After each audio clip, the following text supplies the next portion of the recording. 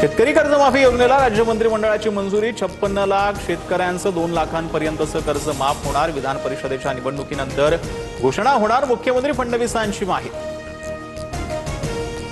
लाडकी बहीण योजनेसारख्या कर्जमाफीचा खेळ मांडू नका, शेतकऱ्यांची फसवणूक आम्ही खपवून घेणार नाही, राजू शेट्टींचा सरकारला इशारा।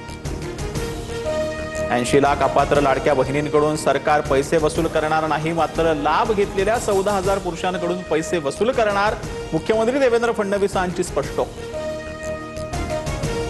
लाडक्या बहिणीची मतं विकत सरकारी तिजोरीतून पैशाची अफरातफर, सरकारवर आर्थिक फसवणुकीचे गुन्हे दाखल झाले पाहिजेत। राऊत आक्रमक तर महिलांना पैसे मिळू नये यासाठी राऊतांचे प्रयत्न, त्यांच्यावरच गुन्हा दाखल करा, बन यांचा पलटवार। सोलापुरात विधान परिषद निवडणुकीत काँग्रेसला मोठा धक्का, आदित्य फतेपूरकरांचा अर्ज बाद, अर्जावर बोगस सही, सूचक नागेश भोसलेंचाच आक्षेप, तर भाजपनं दबाव टाकल्याचा प्रणिती शिंदेंचा। अमरावती विधान परिषद निवडणुकीत अपक्ष उमेदवार विप्लव बाजोरियांचा अर्ज बाद, काँग्रेस उमेदवार हर्षदीप देशमुखांच्या बाजोरियांच्या अर्जावर आक्षेप, संपत्तीच्या माहितीत तफावत असल्याचा। कोकण विधान परिषद निवडणुकीतील महायुतीचे बंडखोरी शमली, महेंद्र दळवींची मुलगी जुईली आपला अर्ज मागे घेणार, सूत्रांची माहिती। मनसरमध्ये कांदा उत्पादक शेतकऱ्यांसाठी क्रांती महामोर्चा, पुणे नाशिक महामार्ग रोखण्याचा प्रयत्न, कांद्याला प्रति किलो 25 रुपये हमीभाव देण्याची मागणी, रोहित पवारांसह आंदोलकांना पोलिसांनी ताब्यात घेतलं होतं।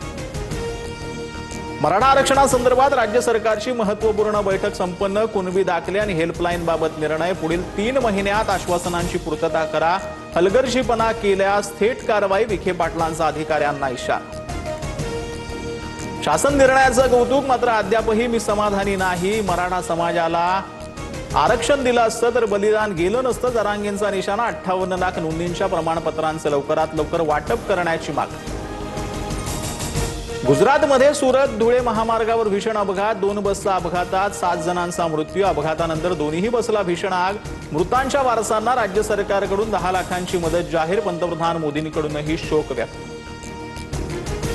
पुण्यातील विषारी दारू प्रकरणी सीआयडीच्या 10 टीम तयार, सर्वच्या सर्व 6 आरोपींना अटक, दापोडी पोलिसांकडून सीआयडीकडे गुन्हा दाखल।